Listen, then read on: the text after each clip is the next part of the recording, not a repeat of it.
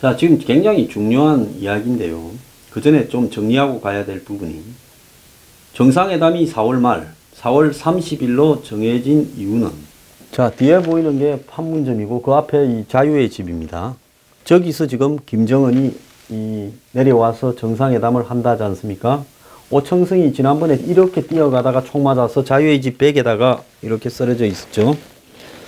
자, 그런데 지금 남북 정상회담을 4월 30일 날 하는 것은 순전히 북한 측의 한미 군사훈련을 축소 내지 중단하라는 요구에 따라주기 위해서 정상회담 날짜를 원래는 6월 15일 날 할 거라고 알려지고 있었는데 당겨서 4월 30일로 갖다 박아버린 겁니다.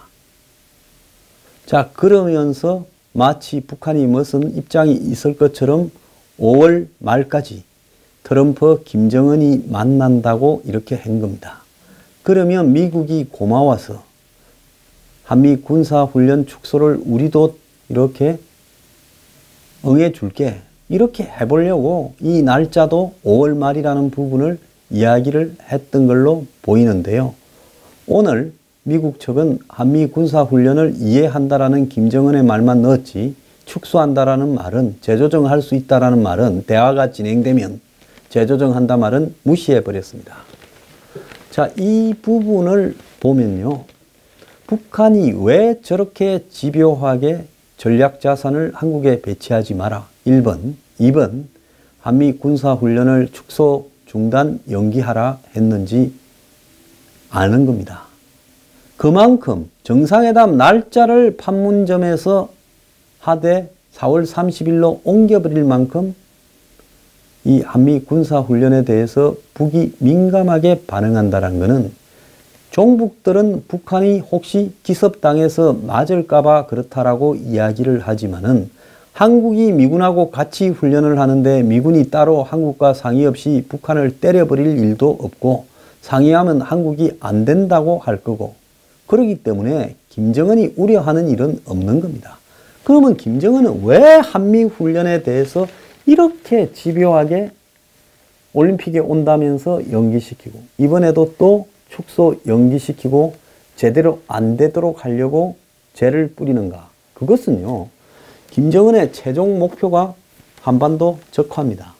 그러려면 중간에 거쳐가야 되는 것이 평화협정, 정전협정을 종전협정으로 바꾸고 평화협정을 맺고 북미 수교를 하고 그러면서 이제 미군은 한국을 떠나라는 겁니다. 자, 북한은 미군이 가시죠. 지금 미군만 아니었으면 한국을 벌써 먹었지요. 6.25 때 먹었지요. 그 이후에도 먹어볼라 하니 미군이 덜 앉아 있어서 못 먹은 겁니다. 자, 이런 상황에서 북한은 제일 싫은 미군이 한국에서 움직이는 부분을 즉 미군의 지위에 대해서 자신들이 영향력을 해서 한국이 받아들여서 미국에 이야기를 해서 미군이 훈련이 제대로 안 돼버리거나 훈련을 안 하거나 축소하거나 미국의 전략자산이라는 무기가 못 들어오거나 이렇게 되면 이것은 자신들이 조정하는 대로 한국의 정권이 움직여서 미국에 영향을 미쳐서 미국이 한국의 미군을 제대로 자신의 의지대로 움직이지 못하게 만드는 효과가 있다는 것을 노리고 그렇게 하는 겁니다. 그 노림의 끝은 미군이 한마디로 한국에 대해 실망을 하고 미군의 어떤 존재에 대해서 한국민들이나 한국 정부가 싫어하기 때문에 결국은 떠나야 되겠다라는 걸 만들기 위해서 지금 미군을 움직이려고 노력을 하는 거죠. 자, 김정은이 뒤에서 꼭두각시 한국 정권을 조정합니다. 한국 정권은 김정은이 움직이는 대로 놀아납니다. 그러면서 미국한테 이 미군 우리가 이야기하는 대로 좀 해줘 이렇게 말을 합니다. 자, 그런데 이 별것도 없는 정상회담 어제 제가 이미 가불로 다 찾았어서 정상회담에서 나올 것도 없다라고 이야기를 했지요. 그런데 정권이 이번에 판문점에서 자유의 집에서 하면서 한국 국민들한테는 우리가 맨날 올라갔는데 문 정권이 이 자존심이 있어서 북한을 남쪽 땅으로 내려오게 했다라는 얄팍한 쇼도 하고, 두 번째로는 뭘 하느냐. 남북 정상회담을 셔틀 회담으로 정례화한다는 겁니다. 이건 뭔가 하면 셔틀 회담이라는 것은 과거에 한일 간의 총리와 대통령이 수시로 그냥 가까우니까 비행기 타고 와서 만나는 형태로 한두 달에 한 번씩 계속 만나는 걸 하자. 이렇게 하는 걸 셔틀 회담이라는 거죠. 그래서 판문점에서 1박도 안 하고 오늘 점심 먹어요. 지금 한라인 전화를 서로 개설하기로 했지 않습니까? 문 대통령이 김정은이한테 전화해요. 오늘 날씨 좋네요. 점심 약속이 있어요? 없습니다. 그럼 오늘 우리 판문점에서 만나서 점심합시다. 오후 1시에 하면 되겠지요? 예, 그럽시다. 오늘 저녁에 술 한잔 땡깁시다. 뭔 술 좋아합니까? 내가 갖고 갈게. 이제 이런 식으로 수시로 만나겠다는 거예요. 자, 이거는 모든 것을 자신의 의도대로 통제하는 북한의 김정은에 유리하겠습니까? 한국에 유리하겠습니까? 김정은에 훨씬 유리한 거죠. 수시로 만나면요. 북한이 베레벨 이야기 다 할 겁니다. 뭐 해줄게 하고 사기치면서요. 북한의 발바닥도 따라가지 못하고 특사단이란 작자들이 가노니까 열심히 받아 적고 숨도 제대로 못 쉬고 미국까지 가서 똘마니 하고 온 4개 국가를 돌아다니는데, 네? 사진 찍을 때부터 시작해서 한번 보십시오. 받아 적는 것부터 표정부터다.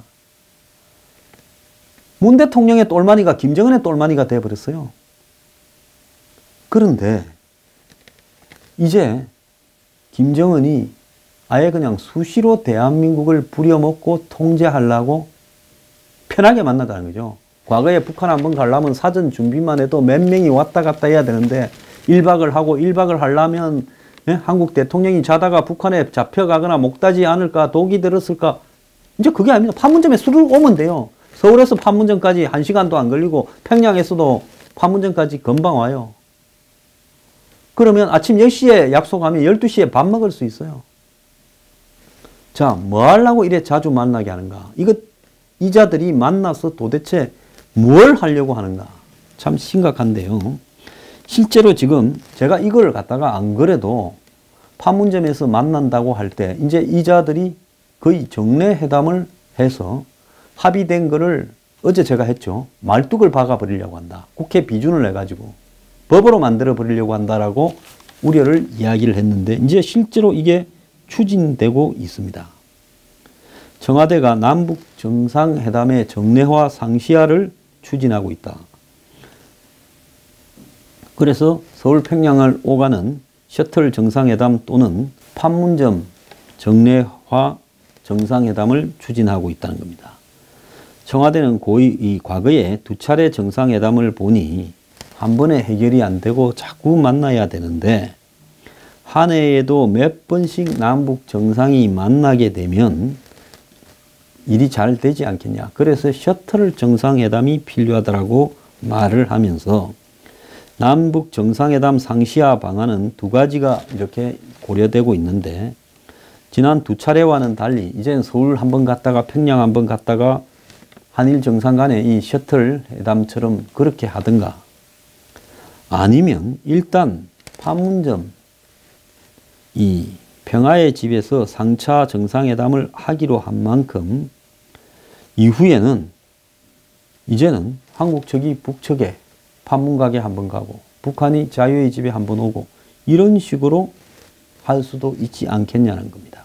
어떤 것이든 다 셔틀이죠. 쉽게 가볍게 만난다는 게 셔틀의 의미 아니겠습니까? 자, 그래서 판문점에서 정상회담을 열게 되면 기존의 셔틀 회담보다 훨씬 몸무게가 가벼워진 수시로 만날 수 있는 정례화의 가능성이 열렸다라는 겁니다. 이래서 청와대가 이 정례 정상회담이 될 경우에 북핵 문제를 해결할 수 있는 역할도 확대될 거다는 거죠. 지금까지 숨어가지고 물밑에서 구멍 파서 만나려니까 많이 불편해서 이제는 드러내놓고 그냥 한 달에 한두 번 맨날 보자. 이제 내놓고 도둑질 하자라고 이야기하는 겁니다. 그래서 이렇게 자주 만나면 미국을 비롯한 국제사회에서 한국이 북한을 중재할 여지가 넓어진다는 거죠. 그래서 청와대는 북한의 고위급 대표가 올림픽 때 방남한 이후 북미 대화 여건이 쉽게 만들어지지 않는다면 문 대통령이 직접 정상회담을 해서 뚫어보겠다. 그러려면 정상회담 한두 번이 아니라 수시로 만나야 된다. 이렇게 말을 했습니다. 자, 그런데요. 지금 미국 측에서는 이 남북 관계가 심상찮게 저들끼리 쑥덕쑥덕하고 이제 수시로 판문점에서 만나면서 북한의 김정은이를 그야말로 고립해서 풀어주면서 이제 한국이 북한에 길을 열어주려고 한다 하니까 미국은 뭔 생각을 하겠습니까? 이거 한국을 제대로 나눠서는 안 되겠다. 이래서 지금 미국에 나오는 이야기가 맥마스터가 지금 이제 중장인데 현역 그만두고 군으로 돌아간다 이야기가 나오고 있죠. 그래서 맥마스터 후임으로 존 볼턴 전 유엔 미 대사 한때 대선에 나간다고도 했고 미국에서 가장 북한 정권의 강경한 입장을 유지하고 있는 네오콘의 핵심적 인물입니다. 그래서 존 볼턴이 얼마 전에 이 트럼프와 면담을 했다고 합니다. 6일날 했다고 이렇게 이야기를 해요. 흔히 미국에서는 요직에 누구 임명하기 전에 이렇게 사람을 불러다가 면접을 보는데요. 트럼프하고 볼턴이 북한 문제만 주로 이야기를 이날 했다는 겁니다. 그래서 미국에서는 맥마스터 후임으로 볼턴이 NSC 보좌관이 되는 게 아니냐라고 이야기를 했죠. 자, 볼턴은 지난 6일 폭스뉴스 인터뷰에서 북한의 비핵화 대화 의지 표명에 대해 북한은 오로지 운반 가능한 핵무기를 손에 넣는 데만 혈안이 되어 있고 북한이 핵무기라는 결성선을 핵무기 완성이라는 결성점을 몇 메다 남겨놓고 왜 갑자기 멈춰 서겠느냐. 그러면서 북한을 세계 최고의 사기꾼들이라고 이야기를 했습니다. 자, 볼턴이 저는 맥마스터 후임이 되면 미국의 대북 정책은 매우 강경해질 건데요. 이러다 보니 이걸 막으려고 하는 사람도 좀 있는 것 같습니다. 그런데 맥마스터는 지금 주한미군 사령관으로 온다는 이야기도 있습니다. 지금 빈센트 브룩스 현 사령관이 임기를 연장하지 않을 걸로 알려지고 있어서 지금 3스타인 맥마스터가 주한미군 사령관은 포스타니까 진급을 해가지고 주한미군 사령관에 올 수 있다는 겁니다. 이 두 가지 인사 다 매우 좋은 거고요. 그렇게 되었으면 좋겠다 저도 생각을 합니다. 지금 1년이 넘도록 비어있는 주한미 대사 자리에는 월트 샤퍼 전 주한미군 사령관이 후보군에 새로 합류했다는데요. 트럼프 캠프에도 있었답니다. 지금 그런데 모든 인사가 그대로 된다면 한국은 좀 숨을 쉴 수 있습니다. 그렇게 되기를 저는 기대합니다. 미국의 재무장관은 엊그제 방송 인터뷰에서 북한이 협상하겠다고 나온 것도 우리가 제재 압박을 하니까 못 견뎌서 나온 거다. 그래서 비핵화 약속을 받아낼 때까지 제재를 계속하겠다 이랬고 코리 가드너 미 상원 외교위원장도 CBS 방송 인터뷰에서 북한이 비핵화 의지를 표명했다는 것은 긍정적일 수 있겠지만은 속지 말아야 된다면서 우리는 예전에도 북한이 이런 말을 할 때까지는 와본 적이 있다. 그렇지만은 그 뒤에 제대로 된 적이 한 번도 없다며 회의적이라고 이야기를 했습니다. 자, 그래서 미국이 지금 북한과 협상을 할 때 트럼프, 김정은이 만난다 하더라도 사전에 누군가가 먼저 가서 정리를 해서 갔다 와서 보니 어떻습디다 해야 됩디다 말아야 됩디다 해야 될 거니까 특사가 있어야 되는데 이 특사할 사람이 마땅치 않아서 외부에서 특사를 영입하려고 한다는 겁니다.